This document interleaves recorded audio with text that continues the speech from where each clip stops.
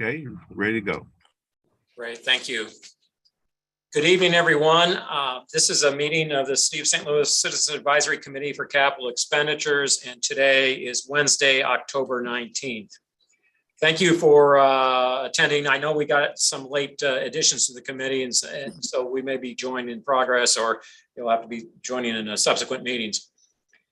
Just some primers. I know some of you had served on last year's committee, and there may be some new faces as well. So I wanted to go over a little bit of some primers about the role of the committee itself. The Citizens Advisory Committee for Capital Expenditures is just that, an advisory committee to the city's capital committee, which is a 9-member board consisting of representatives from the Board of Estimate and Apportionment, as well as a couple of members from the Board of Aldermen, the Director of CDA, and total 9 members. And then that committee is also an advisory committee, or makes recommendations to both the elected officials in the Board of Estimate and Apportionment, as well as the Board of Aldermen, for ultimate appropriations for capital expenditures. So there is it's a process we go through. It's almost as with the regular budget, it's like making sausage, and sometimes, and where you're trying to get ideas from all sources, and then you put together a package, which ultimately the decisions are made by the elected officials. So this process is one where we're out trying to assess what our capital needs are, as well as get advice from you as citizens from the committee to address any needs that you see that might not be addressed in some of the recommendations. I am Paul Payne. I'm the city's budget director, and I serve as chair of the city's capital committee. With me this evening also is Rich Bradley, who's president of the Board of Public Service. And to those of you not familiar with the Board of Public Service, they are the chief engineering office for the city, and they are tasked with identifying the inventory of capital needs for the city.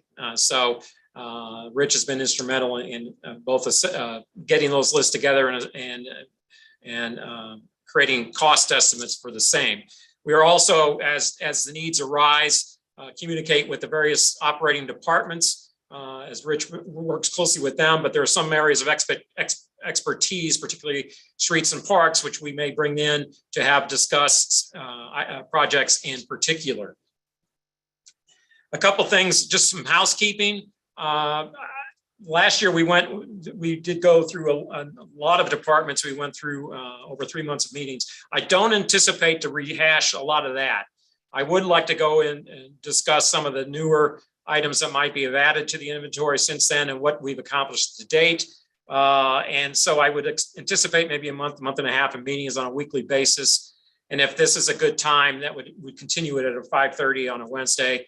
That would work. We could reschedule if that creates a problem for a number of people, but that's what we're looking at. I would also like to, to respect people's time, have these meetings limited to an hour and a half or so, because I just want to make sure people can plan their lives accordingly. And I appreciate everyone's time in these. Also, for communications during the meetings and for purposes of record keeping, I would appreciate when we do have questions and answers, you use the Q&A function, which I believe communications is activated, so that sometimes we have a meeting that goes longer and we're not able to address all the questions. At least we've got a record of those, and we can respond in writing to those questions as we go along at future meetings. So at least we will have a record of those so we don't lose them. The chat is there, but we also want to make sure that any questions are submitted in the Q&A section.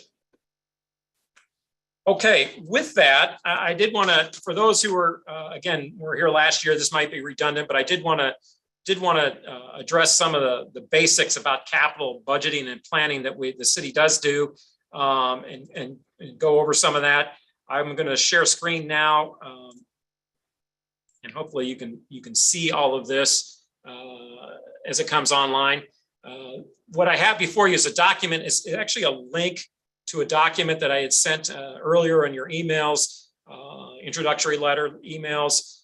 This is a document basically summarizing the capital improvements budget and process for guide, and specifically for FY23. But many of the processes are on annual basis. Hopefully you've had a chance to review this. It discusses a lot of the process for capital budgeting and planning. The capital, again, highlights the members of the capital committee, some of the priorities and established criteria for evaluating those projects as they're proposed. It lists, just gives a summary list of all the assets that exist scattered throughout the city by various categories, including everything from civil buildings and civic centers, fire department, police, corrections, parks, streets, including the streets and dumpsters and all those variety of assets.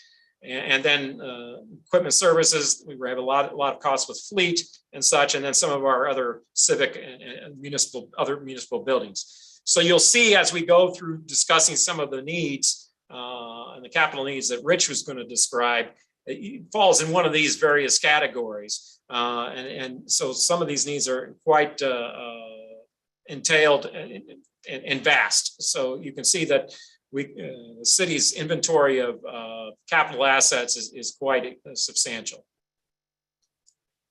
Just to give you an idea about the normal budgeting process, we do have a capital budget each year consisting of some various limited sources of revenue. The biggest source being the half-cent sales tax for capital improvements that was approved in August of 1993. This year's estimate of FY23 is totaling $20.1 million or $20.2 million.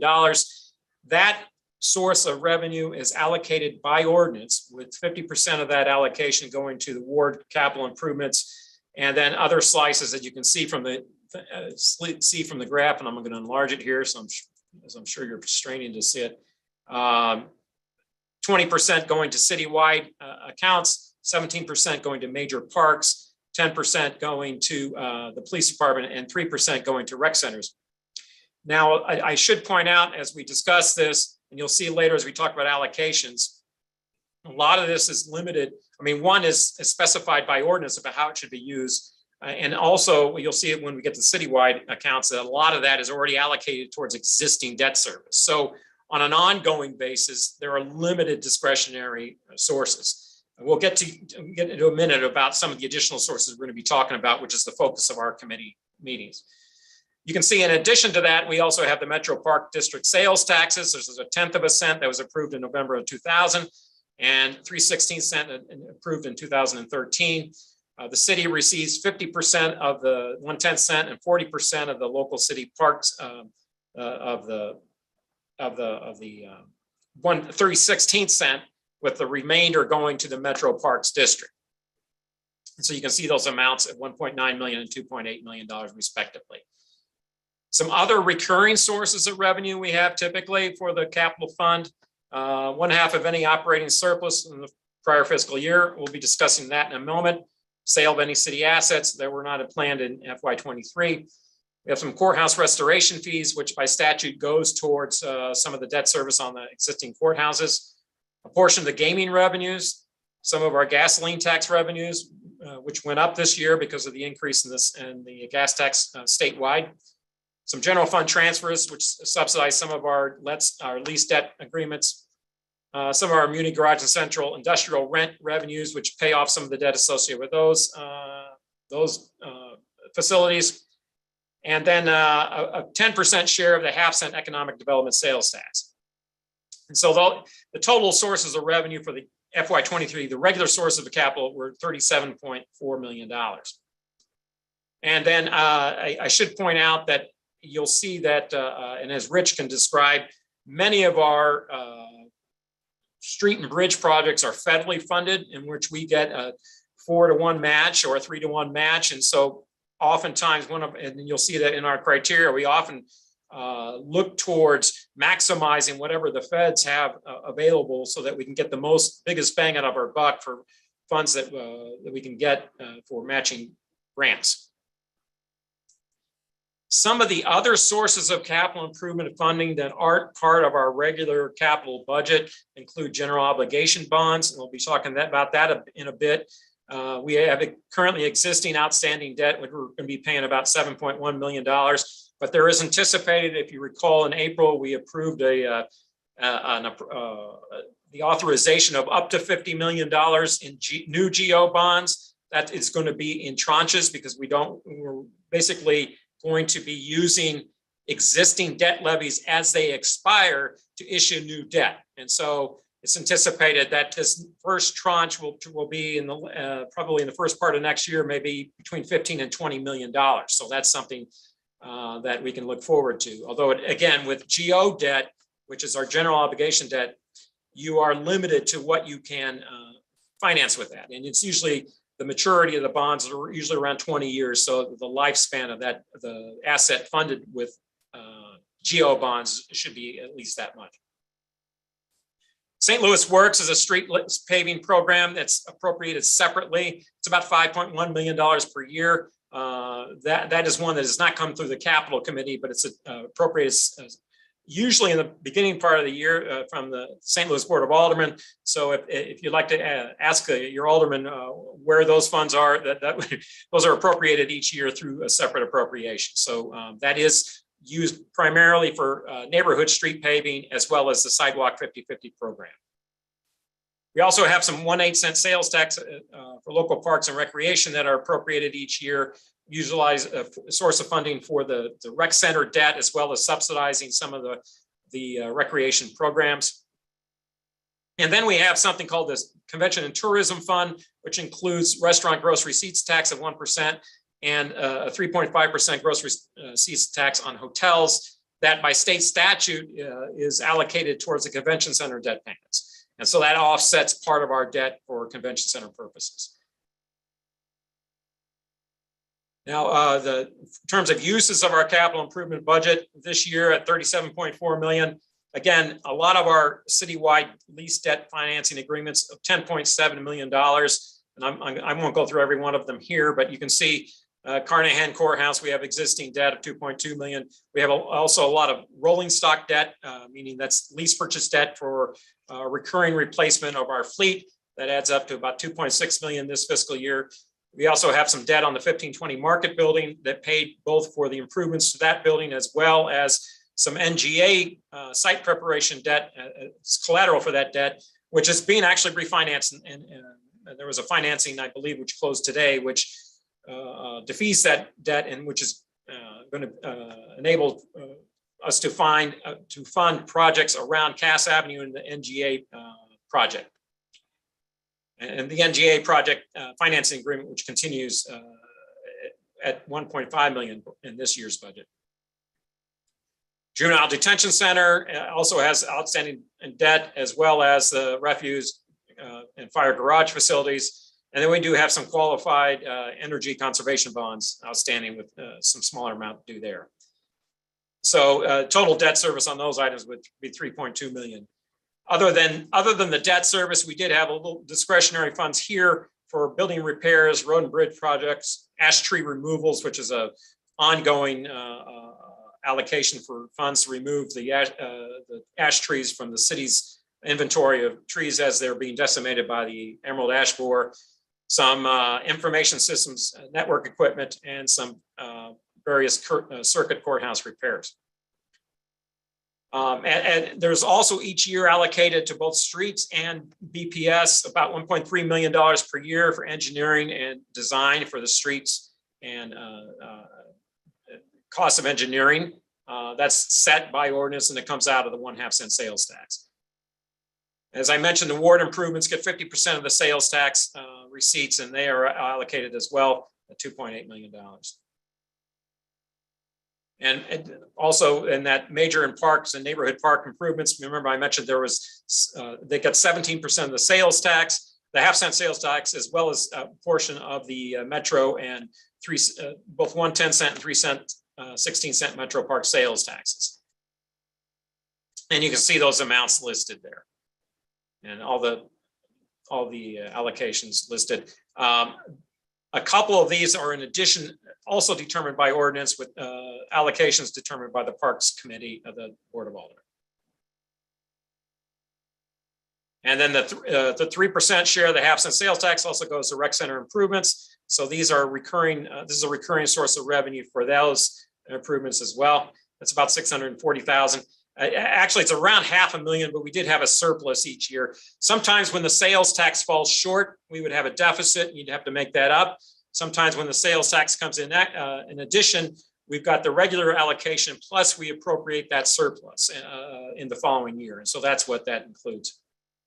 And police capital improvements, a 10% share of that also goes to of this half-cent sales tax for capital goes to the police department, the bulk of which is for the existing bond issue of 1.6 million. There is an additional $500,000 this year for capital fleet. So that is this year's regular recurring sources. Now, when we went through this process, and I'll lay out, this also lays out from the recurring sources, the 5-year capital improvements plan, just using those sources and what those would look like going forward. Some of the debt service costs falling off, some of the revenue, of course, also falling off, but then other sources increases, for instance, with the new source, particularly with the gasoline tax, et cetera. Now, we also, as we do this, we look at longer term capital improvement needs. And we've been addressing some of these with Geo Bond issues in recent years. We did one we did an assessment of capital improvement needs, which Rich's office was instrumental in putting together. And in 2014, we went through that process. We had a large proposed Geo Bond issue that actually which failed back in 2014, but subsequently in 2016 and 18, we had smaller Geo Bond issues of $50 million and $25 million respectively that was approved by voters. And then so we've been spending those funds, and those are almost all spent. But as I mentioned, there was a subsequent authorization this fiscal year for $50 million, and that will be issued, I believe, early next year. And it's going to be in tranches, of which you're going to be looking at $15 to $20 million to allocate. But also, in addition to the GO issue, we had 2 other sources. I mentioned that anytime we finish the fiscal year with a surplus, by ordinance, 1/2 of that operating surplus is allocated to the capital fund, which is a good policy because you don't know whether you're going to have a surplus each year. And so when you do have it, that's a source to use, and we use it for those one-time purposes. And then also we had ARPA. Now, ARPA, as you know, has been the city has received just under $500 million in allocation, and there's been a lot of allocations up to this date, over $200 million so far.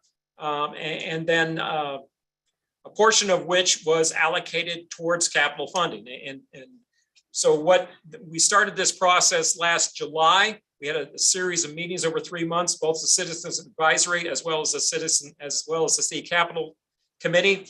And we made some recommendations as a result of that. We went through a lot of the department hearings. You can see some of those. Those are still posted on the website if you're interested. We had conditions of city bridges. We talked about rec centers. We talked about fire department equipment, et cetera. And ultimately, there was a package that was recommended from that, which can also be found online. Now, we went through that process. The Board of Aldermen actually took up that proposal in February of earlier this year. They did have some amendments to that, which then finally was approved in April of 2002 as Ordinance 71494. And this was actually the old map. I believe you got the updated map, which I also sent, which describes how those projects were funded, at least on just so you can see it geographically. And so that's what brings us to today. And let me see, stop share. And so where we are today, we do again have operating surplus from last year, slightly under $25 million, which is $24.7 million. We will have the Geo Bond issue, which again should be between $15 and $20 million. That hasn't been totally identified, but it also depends on interest rates, which are in flux right now. And then we also have another piece of ARPA that we'd like to appropriate for capital. And again, that amount hasn't been set yet. But before we get there, I do want to get Rich an opportunity to just sort of update us where we are on the status of the current capital appropriations. And Rich, I can pull up, let me see, I can pull up Exhibit A from the Board Bill 184, and just sort of as a talking points, just to bring everyone up to speed on that, if I could, and I'll share that with you. Do you also have the floor substitute that was added to Exhibit A? This should reflect everything in the exhibit. Okay, great. Thank you. It's got those additions. It's got those additions that were made at the board. Okay, great. Thank you. Good evening, everyone. My name is Rich Bradley. I'm the president of BPS. What I'd like to do now is just take a few minutes to walk through the exhibit that is on the screen. This is the result of Ordinance 71494, Board Bill 184 that came out of the last set of deliberations, the recommendation of the Capital Committee, and the approval of the Board of E&A and the Board of Aldermen. So, excuse me, I'll just take a minute to walk through each one of these and give you a brief snapshot to tell you where we are on these, so you have an idea that process is moving. So these were in categories. We'll start off with category A, the Tucker Cycle Track, which was a grant project, a transportation alternative program grant project that we had. We picked up the local match share in Board Bill 184, and currently we are issuing a notice to proceed to a design consultant to design that project. Excuse me. The LED streetlight conversions for $4.2 million was a project to complete the remaining streetlight heads to LEDs in the city. And we are currently issuing the design work and putting together a bid package to bid those out to a contractor to install those. The refuse trash task force camera upgrades for $1 million. The police department has worked with the refuse department. They've completed testing cameras, and they are currently in the process of bidding cameras through the supply division. Thank you. All right, so then we drop down to arterial street paving. And so the original projects that were on there for Union, Enright to Florissant, Grand, Holly Hills to Hall Street, Kings Highway, Gravois to Florissant, and Jefferson from Chippewa to Shoto. We have an RFQ, which is a request for qualification out on the street to hire a consultant. Look at those corridors to do traffic calming, as well as working with the street department to get together a paving program in conjunction with these projects. Now, I am going to make the comment because I know David Newberger is on the call, and David's been working with us as well, that we are also looking at some additional funding through other sources to complete additional American Disabilities Act requirement work, which could be sidewalk, could be curb ramps, could be raising curbs, things of that nature to go along with that work as well. The next project that was added through the floor substitute for arterial street paving was Goodfellow, and that project is also included in the project that I previously just talked about.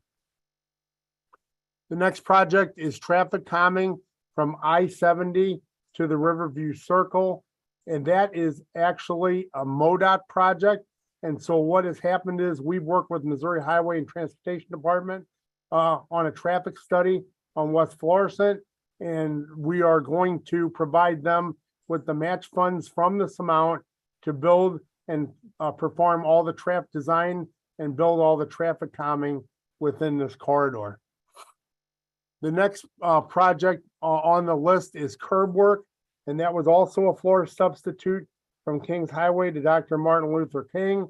And we are currently working with the street department and the alder people of those wards to determine the exact scope of work, and also determine if there are alternatives to either milling or replacing curbs or raising curbs, whatever we need to do in the most economical fashion to get curbs to their proper height and keep vehicles in the street right away. The next projects that are shown on the list are median repairs, and there are 4 of those. Again, those were floor substitutes. from Kings Highway, I-70 to West Florissant, Goodfellow from Natural Bridge to I-70, Natural Bridge from Salisbury, Marcus to Salisbury and Parnell. And we are currently working, my department is working with the Parks Department on scoping out those projects to determine what the actual need is.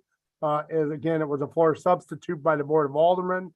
It was something that was added without a lot of input from the Board of Public Service. So we're kind of working backwards, if you will, to determine what exactly the needs in those areas are. Is it grading? Is it the planter boxes? Is it the curbs? Is it the landscaping? There are a number of things that we will look at in those areas. And then the final floor substitute was a sprinkler repair, and that is also in the medians, in the major street arterials. And again, we're working on scoping the projects out with the Parks Department. As we skip down to category B, that is bridges. If you were to look at the original plan for bridges, there were 3 bridges that were in there: Compton over Mill Creek, Lindell and Union over Forest Park Parkway, and Lindell and Union over MetroLink. Those were local match shares to federal grant projects that Paul had referenced earlier. We put up 20% of the funding. The feds put in 80% of the funding, and we have 100% project. And so those projects, those 3 projects are underway. They were removed by the floor substitute to do the items that I previously talked about. But those are items that are going to be critical for consideration as we move forward and look at dollars and for capital expenditures, because we have active grants that are currently designing and acquiring right away for both of those projects. And so we need to restore those local match shares. And then finally in the bridge category is bridge repairs. And that project currently, we have determined the scope of work and cost estimates for the repairs to 9 bridges, and they're in various stages of design and construction at this time. As we step down to category C, which is Parks, Recreation, and Forestry, the first item on the list was Recreation Center boiler replacements. There was an estimated 12 of 30 boilers. What we did was we looked at the boilers at the rec centers in this order, replacing boilers at Wool, then Tandy, then 12th and Park, then Cherokee, then Marquette, and then West End Rec Center. And we came up with a total dollar amount. We were about $67,000 short of replacing all the boilers in those facilities. But currently those boilers all have work orders that are in process. The equipment is being ordered for all but the West End, and we will be in process of replacing those boilers when the equipment comes in. The next item on the list was pool renovations, 1 of 7 for $1 million. The Parks Department is still finishing up assessments, and then they're going to work with BPS on the bidding documents. What it appears to be is that we will do multiple repairs on multiple pools, critical repairs on a couple pools as needed to start that work off. And then we will put the balance into the pool that needs it the most. And then there'll be additional item on the capital for this year for additional pool repairs. The next item on the list was rec center roof replacements. And so we're currently preparing the bid documents.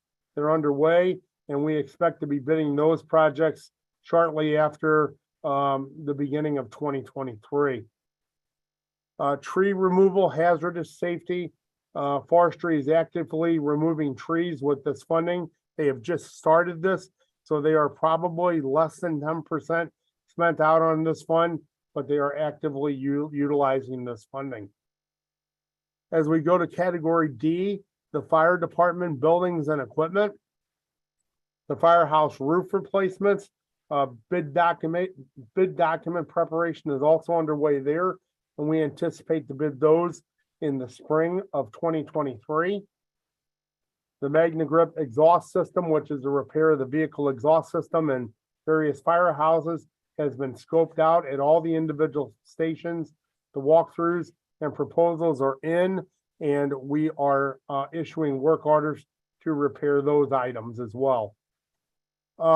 There's a list of fire department vehicles on here. I can tell you they are in various stages of specification and order. We've received some of the bids. Chris Amos is on the call with me as well. I do want to state that, I think we all understand the economy has skyrocketed. Some of our bids have come in over what the estimated costs were. And so we are in the process now of working with the fire department to, reprioritize what we need. Obviously, ambulances and fire trucks are of critical need. So we will buy as many of those as we can. And again, Chris is on the call. He's the Commissioner of Equipment Services. If there's any specific questions about those vehicle purchases, Chris can handle those after I get finished here. We step down to category E, which is the police department buildings and equipment. The elevator equipment, the work authorization, developing scope of work and specification, and bid packages for the elevators is in progress. And we are going to issue notice to proceed to the elevator consultant by the end of this month. Once the design is completed, we will bid those projects out and get that work done. I would anticipate it would be the lead time on those elevators has been anywhere between 4 and 6 months. So probably by the end of the next fiscal year or the next calendar year, we would be finished with that work. The next item on the list is the Academy Stone facade tuck pointing work. The work has began and is currently about 60% completed. St. Louis Metropolitan Police Department vehicles, $3.4 million is ordering 1/2 of inventory of the Scout vehicles that were in need. I believe that is somewhere in the neighborhood of about 80 Tahoes. We were waiting for the new model year to come out so we could issue that RFQ, our requisition.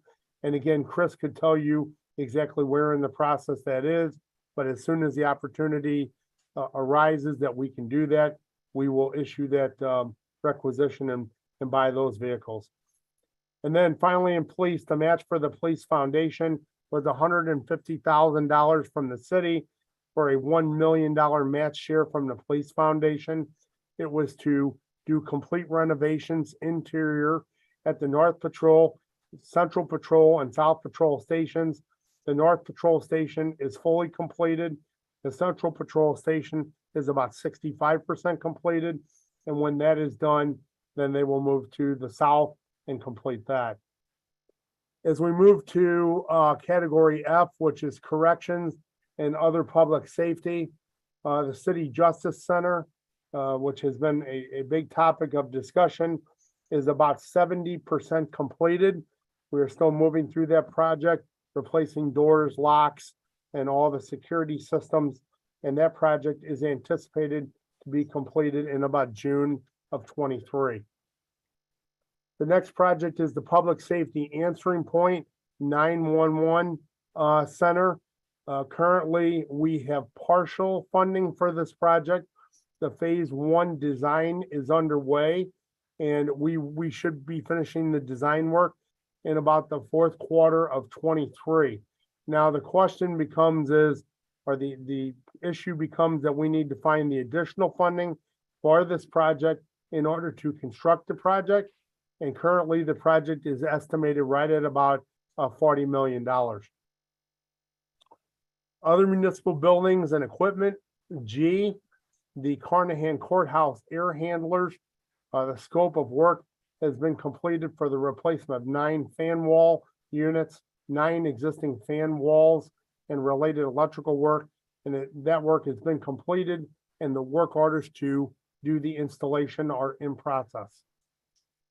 The juvenile court plumbing upgrades, the scope of work for the completed replacement of the first water main to the building has been completed, and the work orders for that are in process. The medical examiner asbestos abatement, a comprehensive asbestos abatement and clearance third-party air monitoring and EPA certified laboratory testing are completed and within budget. The thermal piping installation replacement scope of work has also been identified and bid. Miscellaneous building repairs. This is, and I'll just refresh your memory or bring you up to speed. This is an amount that is put in place for building repairs that are not known, that come up, that pop up every day of the week. It could be a roof leak. It could be a water line break. It could be an electrical issue, just about anything related to any of the city's buildings. And I will tell you that to date, all $750,000 has been encumbered from this item, and the repairs across the city, multiple repairs have been completed. I would say probably about 35 to 40% of the work is done and billed out. I would tell you that about 25 to 30% is in process, and the remainder is on the schedule to be completed. The City Hall fire alarm system, the scope of the work of the building-wide comprehensive, fully addressable fire alarm system has been fully qualified and quantified. A notice to proceed has been issued. The electrical contractor has been mobilized and has completed a building survey. The initial work to be installed is new conduit runs and cabling through the building. That work is scheduled to begin in November, and the project duration is 24 months. The municipal garage repairs, we're currently working on a couple of bid packages for concrete restoration repairs, as well as plumbing repairs. The central industrial roof project, we are currently working on a design and a bid package. And again, we estimate that we will bid that work in the spring of 23. To date, there is still discussion concerning the telecom system replacement for $2.5 million. There has not been a determination on what direction we're moving on that yet. It is an active discussion, but to date, there has not been a decision made. So there's not been any expenditures of that fund to date. And then finally, category H, which is city vehicles. And this is non-police, non-fire, non-emergency vehicles. So for the refuse, streets, forestry, parks, and others, we have put out a number of requisitions from our vehicle inventory survey, starting into this $9 million, working from the most critical down the list. Again, Chris is on the call. If there's any specific commentary about vehicles or vehicle types, Chris could certainly help me addressing those questions. And then refuse trucks. This is another topic that has been big in the news, and there's been a lot of discussion about with the street department about types of refuse vehicle to be purchased, in particular with reference to alley dumpsters and alley carts, availability of trucks, being able to keep trucks maintained and operational. So to date, that discussion is underway, but we have not moved on ordering any of those vehicles at this moment, pending the outcome of change and discussions that may ensue. So I know that was a very quick run through. We don't have a lot of time here, but I would certainly be more than glad to answer any questions on any of those specifics items. I think what I really want to show everybody is that we hit the ground running. We were allocated the funding. The next day we are sending these tasks out to our division saying we need to get moving on spending this money, and we are moving on spending this money. Yeah, thank you, Rich. And yeah, and I'd also like, before we delve into the updated version, this is just to get you up to date on where we are, both in the capital budget as well as what we've done so far. So if there are any questions, let us know. I did see, is the Q&A not working? I see, Wally, you had mentioned that. I'd ask communications to check into that if that's the case. But there's a fundamental issue. We're all panelists, which we should be, because otherwise we couldn't talk. Yeah. Panelists can't answer questions into the Q&A. So just something to think about for future meetings. Okay. Yeah, we were trying to. One of the issues we had the last time is we were trying to get a record of what those comments were. And I communicated that to communications, and I was told the Q&A was the way to do it. So that's what we were trying to do. But yeah, we can, those guidelines you mentioned in the capital fund, those actually were in that exhibit on the capital improvements budget guide. I did a summary of those in there. And they are also online with the capital budget document. But if I could, let me see if I was trying to post them, but I can't do it when I was screen sharing. So let me stop sharing for a second.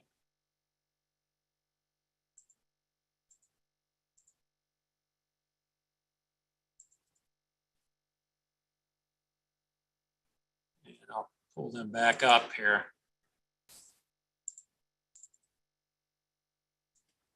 Oops.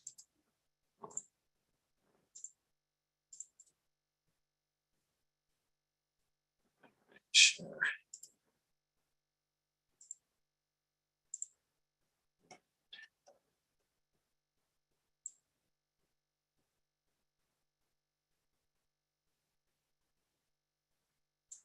This talks a bit about the process and those guidelines right there. That's a summary. And then they're also included in the capital budget itself.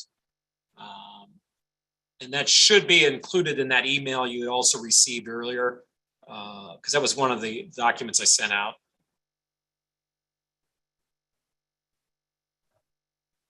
Thank you for that, but I'm not seeing where you posted that. Is that in the chat or? Oh, I haven't posted the link. Let me. Okay. Yeah, I was trying to do that, but I was also sharing screen, so I couldn't.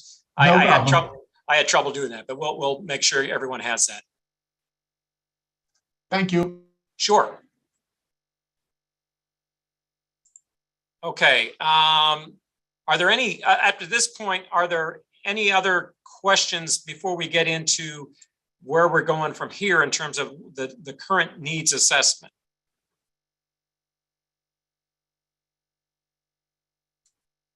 Yeah, I noticed a comment on the red, yellow, green expenditure success.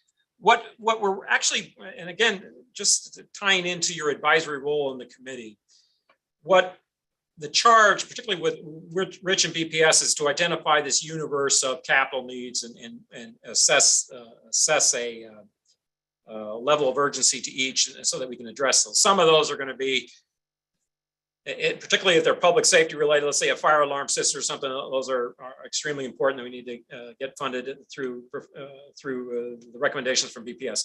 But others, as we all mentioned, are those which, given limited revenues, we need to prioritize. And I think your role as members of the Citizens Advisory Committee is basically to provide us with input for things that we may not be considering, or you don't see on the list. You say, hey, how about this you'd like to consider, or a little more detail into those things that we are considering, for you to get a better assessment of those things on the list. And that's what we'd like to be able to solicit from you as members of the Citizens Advisory Committee.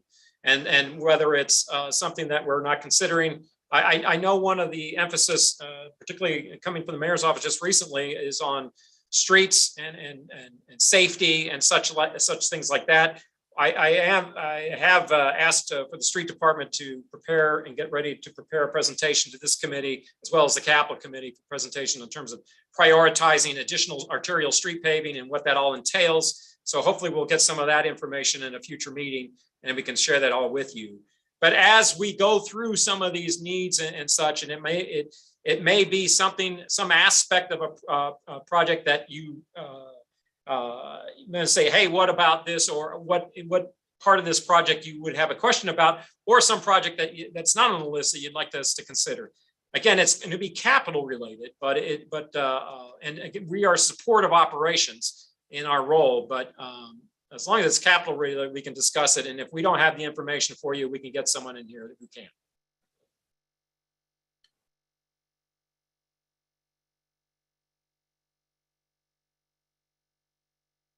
Okay, and just so you know, we will post anything that we present at these meetings. We will post on the website, so that all the agenda materials are you'll have one place to go to with the meeting posted.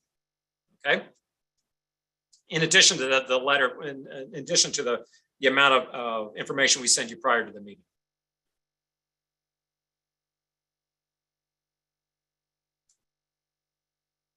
There was one question, capital purchase includes software data purchases.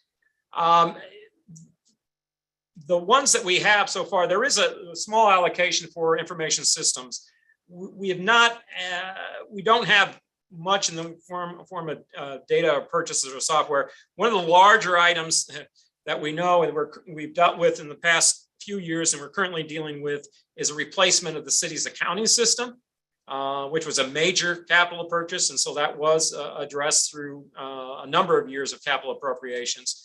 It is both replacing the city's accounting system, the city's payroll system, and including the budget system, which we will be forging through with a new budget system this next fiscal year. So that was that.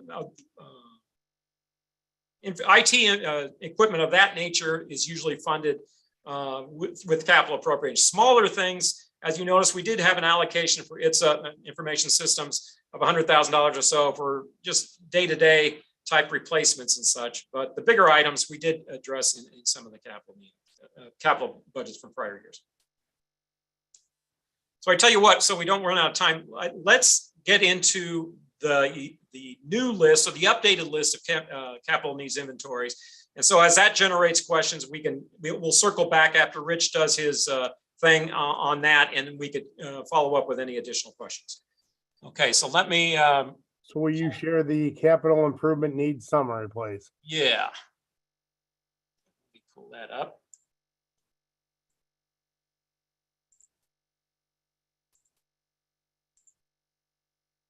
Thank you. So the capital improvements needs summary, just to give you a little introduction. Again, some people are here from the last time, so you understand what this is. This is a listing of by category: streets, bridges, parks, fire, police, corrections, other municipal buildings and equipment, and city vehicles, non-fire and police, in the categories of critical, needed, and desirable, and then a total capital needs list for the city so that we could prioritize what the needs are. As Paul mentioned, annually, we gather the needs from the other operating departments as well. And then we work with them to try to prioritize these in a need to get the most critical items taken care of first, as would be the most logical response here when you have limited funding. So the city's capital needs list right now is about $417,584,300. And what I would ask that you do, and for tonight's purposes, is that we concentrate on the critical needs, which are $165,131,000. And so I'm going to walk through each category. I'm going to highlight a few items in each one. There are items that are in the critical category from the last time that were identified and agreed to be critical that still remain that didn't get funded on the first round of funding in Board Bill 184. There also have been a few adjustments to the list. There may be an item added to the bottom of the list in critical, or there may be an item that was in needed column and slid over to critical in the past number of months. And so if that's the case, I will highlight those as well. I am not going to walk through each one, but certainly if there's any questions on any of them, we can get you whatever information you would like to have to answer your question. So let's go through the streets category first, and I will turn to the bottom of the list. And so item numbers 25, 26, and 27 are three items that I would just like to just talk about for a moment. So item number 25, underground downtown lighting vaults. These are the vaults for the street lighting substations. They are leaking, they're archaic, they are well beyond their useful life. Water runs into them. There are 11 of them. And in order to maintain our street lights, we need to replace those. So they're in the sidewalk, in the street, beneath the pavement. They need to be dug up and replaced. And the estimated cost there is $2 million. Louisiana Com Street Phase 2, Holly Hills to Merrimack. We are currently finishing Louisiana Com Street Phase 1 project. This is the second phase to that project. This is a traffic calming project on a major corridor in South City. This is a grant funded project with the Biden infrastructure bills that are out there. We're always looking for opportunities, as Paul mentioned, to do match. And so this is one where if we can come up with a match share of about $440,000, we could complete that Com Street project from its limits of Gravois to Holly Hills. And then the final project under streets that I just will highlight real quickly is signal timing and detection. The traffic signals in the city of St. Louis are controlled a couple of different ways. They are either controlled by a CMAC project, which ties them all together and for controlling, and or they have camera or puck detection in the pavement. These detectors go bad. And what happens is we have issues with the signals not operating properly. We have over 600 signals in St. Louis, and we need to make a significant investment in the detection systems for the signal so the timing works correctly. If you'll move to category B, which is bridges. Hey, Rich, before Yes. we jump there, I just wanted to also point out that arterial street paving number, that's the number that we're going to be asking streets to provide some more detail on in terms of how they go about prioritizing. If you remember, we did some north-south arterials. This may also include some east-west ones, but we also want to know how they go about assessing the conditions of the roads and how they go about assessing their priorities in terms of the paving. So we hope to hear from them at a future meeting. Right, that is a great comment, Paul, that the arterial street paving, the street department, we have penciled in a number. We know there's a significant amount of arterial street paving needs to be done. We are depending on the street department to fill in the blank and tell us which north, south, east, west arterials need to be done. Thank you. Appreciate that.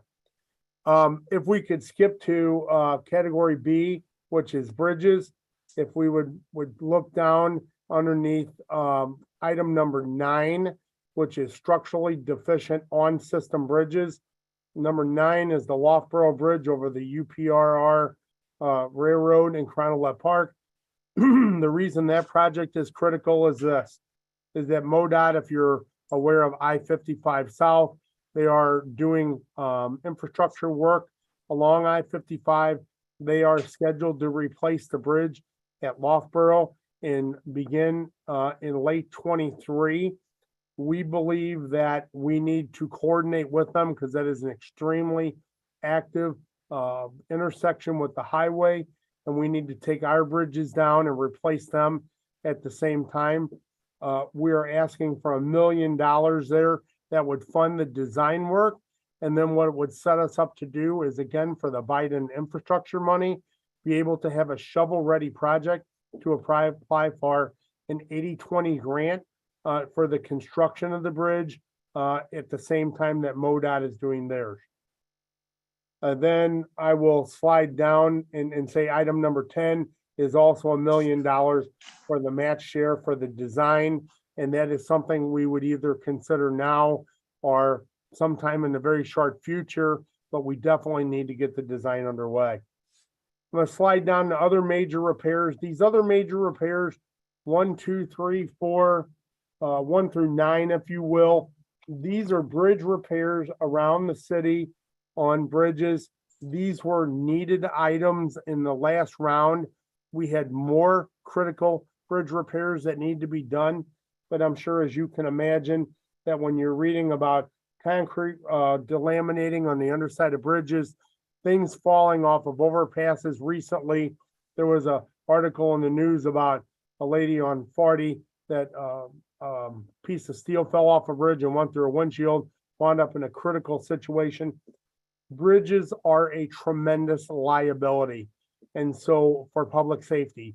And so anytime that we have bridge repairs, whether it's sealing a deck, replacing an expansion joint, whether it's a handrail, it's lighting, it's upheave pavement, anything along those lines to deal with the bearings or the structure of the bridge. We want to get those replaced because what happens is the longer you wait, the more they cost. It just creates in the more problems. So that is about $1.65 million for bridge repairs on those various bridges that are listed. Most of them tell you what they are. And there is one that says miscellaneous. And of course, the one that says miscellaneous is a lot of small repairs around our 74 bridges around the city. But if you wanted to get details on that, we could certainly provide that for you. The last one I want to talk about 9. This is one that you just need to be aware of. We still own a vehicle approach in East St. Louis to the old MacArthur Bridge, which was the old municipal bridge, which is now owned by the Terminal Railroad. We own the right-of-way and the bridge approach around Route 3 and Tudor Avenue in East St. Louis. The city of East St. Louis is looking at doing some economic development in that area. And there's also been a lot of conversations there about people trespassing on this very tall and dangerous bridge structure. So we're looking at what we can do. This is a place marker for it. There's a possibility that we may give it to the city of East St. Louis. There's a possibility we may fence it up. There's a possibility we may remediate it and take it down. But it's just a food for thought conversation. It's something that's belonged to us for 100 years. And at some point in time, we need to resolve that issue. If you drop down to C, Parks, Recreation, and Forestry, I think the critical items on this list that we really just need to keep in mind are our leftovers or holdovers from the last time. We still have some boiler replacements in other rec centers that I didn't talk about. And obviously that's important for our residents and the youth programs. We still have pool renovations in the pools, and obviously, again, important for our residents and our youth programs. And then there's also a project on here for Soulard Market, which is the city's market. That is a relatively newer project. A complete renovation of that historical facility is about $7 million. It encumbers a whole lot of issues, whether it be, boilers, roof replacements, electrical wiring, security lighting, roof replacements, softening, bathroom renovations, heaters for the stalls, mold remediation. It's a big, long, extensive list. And if there's an appetite, the Parks Department could probably have a conversation with us and fill us in on all the details and the need for that one. As we move on down to the next exhibit, which is D, that is fire department buildings. Again, there are some leftovers from the last time. There's a full roof replacement at the fire department repair and storage facility for $750,000. That is where, over Engine House 2 and where they store a lot of vehicles and equipment and paperwork and documents. So it's still an active garage storage facility for the fire department. Although we don't fix vehicles there anymore, they utilize the space. That there is a project for the fire department for HVAC and plumbing upgrades and all the 31 fire stations around the city. That there are firefighters that live in 24/7, 365. So obviously we have to have climate control that is operational and proper in those buildings. There is an item for floor replacement in engine houses that was left over.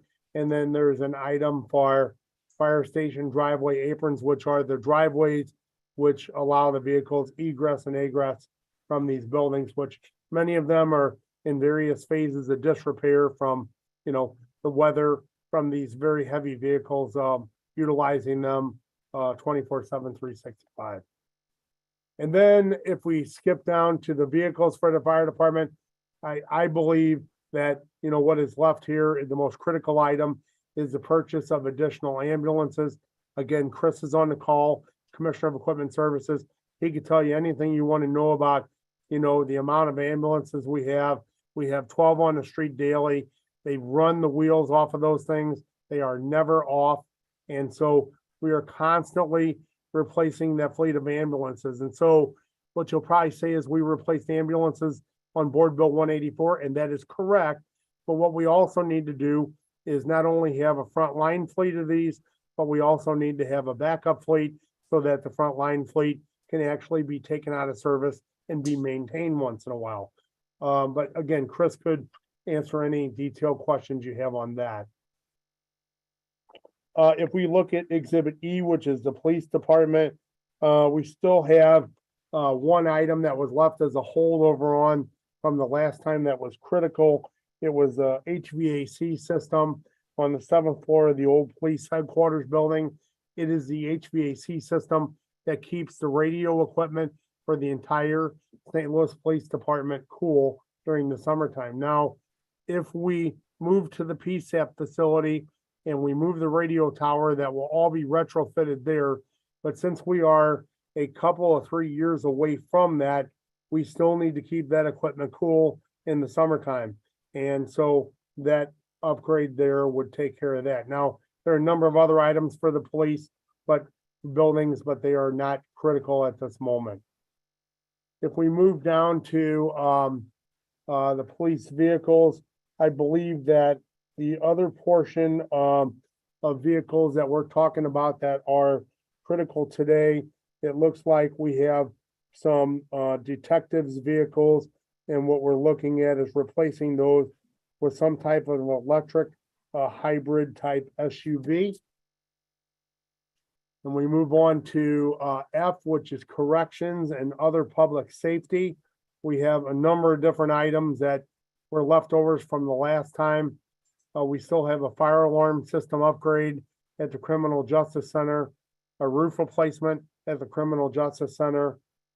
We still have the public safety answering point, which I talked about.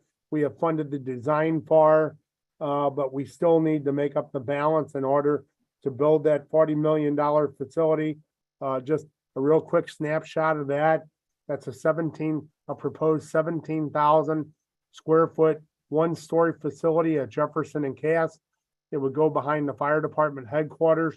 It would be the primary answering point for 911 for fire, police, EMS.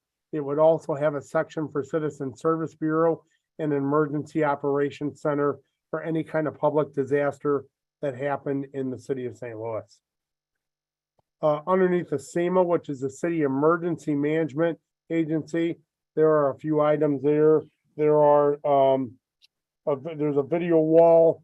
There is an IA radon replacement, which we could get a presentation from SEMA on that.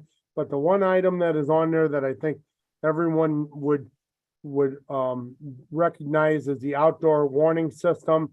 The outdoor warning system in the city of St. Louis are about 60 sirens around. You hear those sirens when there is a tornado, a severe thunderstorm, or anything of that nature. They are outdoor warning systems. They are beyond their useful life. They need to be replaced.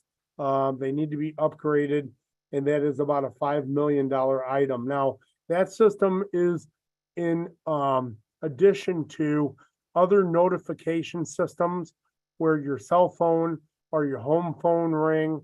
But again, if we so had the appetite, we could have SEMA have a discussion with us about the outdoor warning system. If you'll turn to G, which is municipal buildings, we have a number of things that were left over from the last time. 1520 Market Street, there are still three 600-ton chillers that need to be replaced. They are well beyond their useful life. I would tell you on the 50-year range. We covered this the last time. We cannot get parts for those anymore. We make parts for them to keep them working. We would like to replace those. That is a major office building for the city. We call it City Hall West.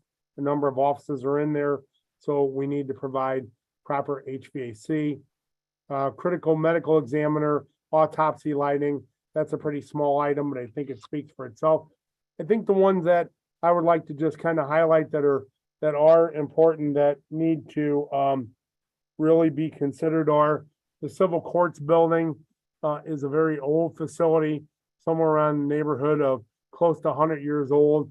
There is exterior stone stabilization to keep, and tuck pointing work to keep the stone work on the outside of the building from delaminating and falling off the building.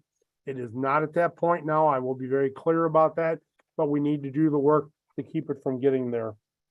There are fire alarm systems at the civil courts building. There's a fire alarm system at the Carnahan Courthouse. Those buildings are very active with the public for jury duty and for administrative functions. And it is something that we need to address for public safety, just like we did here at City Hall, have a fully addressable fire alarm system that operate to protect those people that are utilizing those buildings. If we page down a little further, there are some items for ITSA that are on here. I spoke with the chief in charge of ITSA.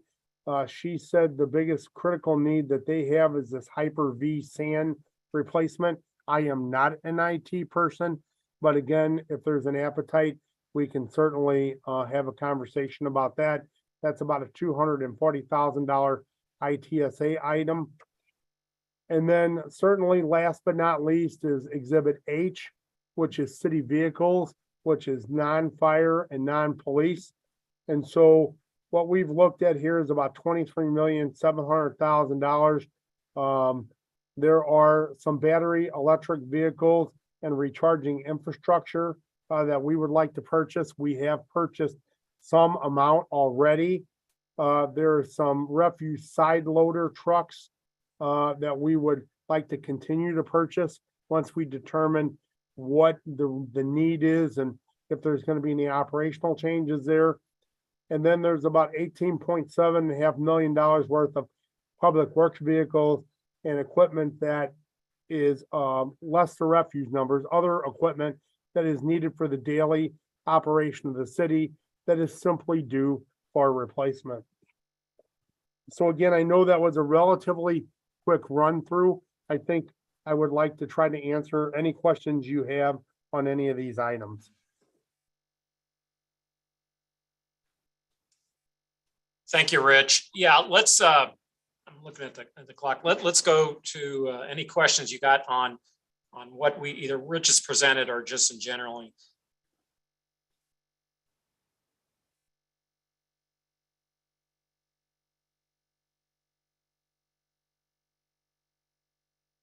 I'm working my way also through the chats just in case I missed anything. Again, I'll make sure that every document that we have gone over here this evening will be posted on the website so that you'll be able to access it. Let's see here.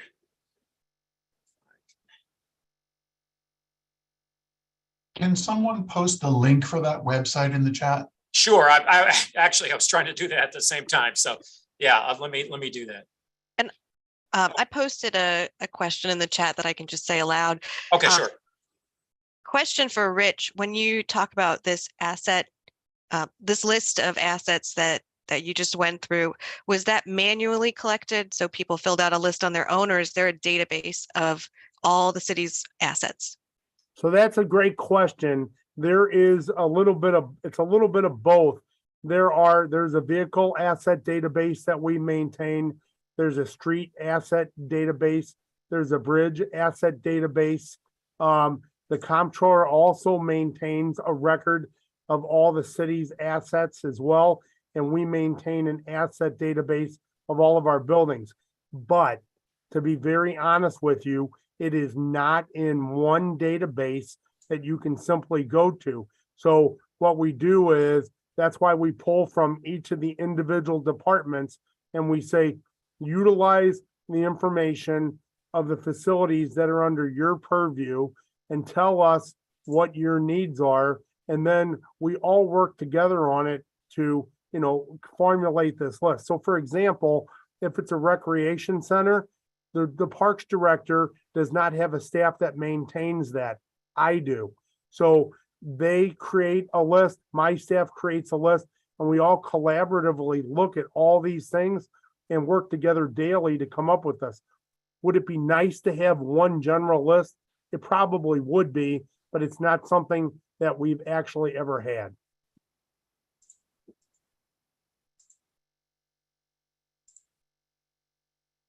Did that answer your question? Yes, absolutely. Thanks. Sure. Rich, just as a follow-up to her question, is that something that you all may be looking into, just to have something that's consolidated? So, the hard part of that is that if you had a consolidated database, then obviously you have to have somebody who would maintain that and have all the knowledge over it. It is something that I think we certainly could look at, but I think the problem you would have at the moment is having the proper staffing to keep it up to date. For example, recently, we've been working with David on an ADA transition plan, and we've established a database, I should say, let's be fair, we're establishing a database on, ADA items that are in the city right away and buildings and facilities.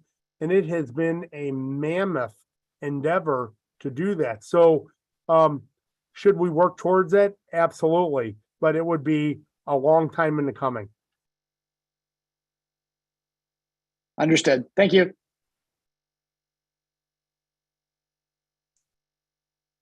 And I posted the link to the budget guide, the capital budget guide that you'll have there.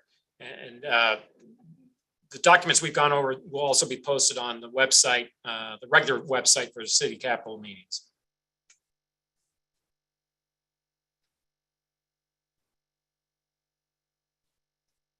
Okay. Anything else? All right, hearing none. Again, what we'd like to do in the next several meetings is go over some of these requests in detail. As I mentioned, we do expect to hear from streets coming up. I know we want, there's going to be a lot of emphasis on arterial street paving and street safety initiatives on the capital side. And so we want to hear from them directly and how they identify their priorities and how they go about that. So I would hope to schedule them. And hopefully we can get those in by next week. But I haven't seen the details yet, so that's hoped for. And then if there's any other follow-up for some of the ones that Rich didn't have any details are, we can ask other department heads to come in, such as I know Parks Division is a big one typically that generates a lot of interest. We may ask them for some details, more details. And so so we'll proceed with that being the case. The question is how the capital committee makes decision change and what did that process look like?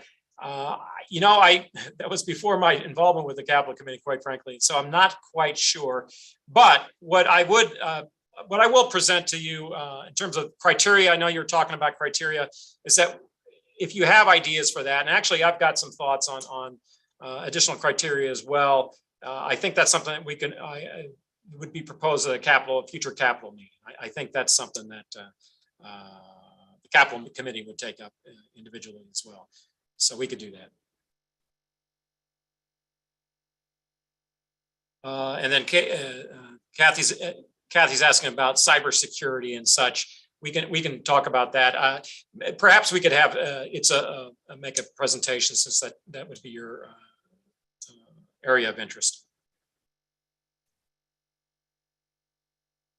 All right. Yeah, go ahead. I'm sorry. Oh, we've got just a couple more minutes. I'm just curious. Are there any plans in this capital expenditure to look at City Hall moving from 28 to 14 aldermen, updating maybe the hall, the Board of Aldermen? I know it's always hard for them to spend money on themselves because it looks bad politically, but that infrastructure is just painfully old, and I'm wondering what we're thinking about that. That is actually a very good question. And I don't know, Rich, has that come up in your requests? So it has not yet. You know, it is a wonderful question, and that infrastructure is very old.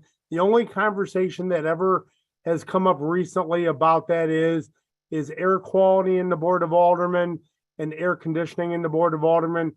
Well over $1 million for that, but there's really has been no appetite to say, let's reconfigure the board or let's reconfigure the offices. I fully anticipate though, Wally, that's going to be a future discussion. I think that's a great point. Thank you.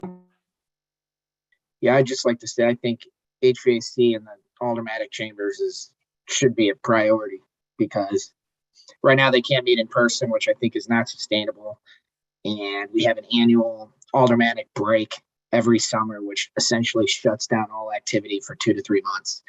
And as someone who, I'm in real estate development, I'm involved with bills, it absolutely shuts you down for way too long. That is duly noted. And again, another great comment. And yeah, we could certainly, if there was an appetite for the for air conditioning, the Board of Aldermen, and that was the charge that we could do, and the air quality in there, we could certainly do that. There's an opportunity to do it. It's just relatively expensive because of the way the chamber is set up in order to put forced air in there with all the artwork and everything else, but it can certainly be done. So duly noted. Thank you. I would like to add that I believe that the ADA requires us to spend some amount of money annually on what could be called capital items to eliminate barriers that are otherwise not going to be addressed. And I don't know whether that amount of money would come out of the capital budget regularly or whether it comes out of some other source regularly. But I do think the feds will want to see that we are steadily improving our inaccessible features. Yes, thank you, David. Yeah, and we sort of briefly chatted a little bit prior to this meeting about that. My understanding, and if I'm wrong, someone can correct me, I thought when we did paving that if in the areas that were being paved, if there was not, let's for instance, not a curb cut done or something like that, in most instances, we would be doing curb cuts when that was done as paving. I think that was the case. We can find out from streets to be more specific, but yeah, I think it's important that when we start talking about street paving and street projects, that we reflect an all-in cost, both that cost as well as the curb cuts and all, so that we know that everything is being addressed when it's being done. And I thought that was the case, but we can, as we delve more into the street projects, we can talk a little bit more about that. Yeah, but then it would be the same thing, for example, in the rec centers. There are bad access things that need to be done. They're not part of this planning discussion, but they are part of what the transition plan is going to say that we need to do, which then in turn, in good faith, we have to cut at. And Lord knows, I agree that it's many, many years before all of that is done, if ever. But we have to show a good faith continued expression through dollars, not just through platitudes. Right, okay.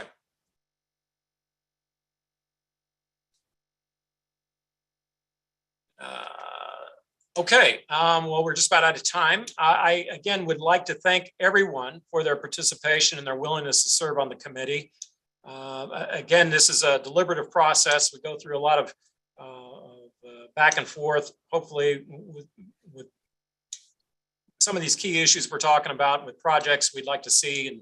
And you get there through vetting and through a lot of discussion. I think hopefully we can get to some idea about what the priorities are, and we've got some, and thankfully we do have a little bit of leeway into funding these days, so that we can get some of this done where it's been deferred for quite some time.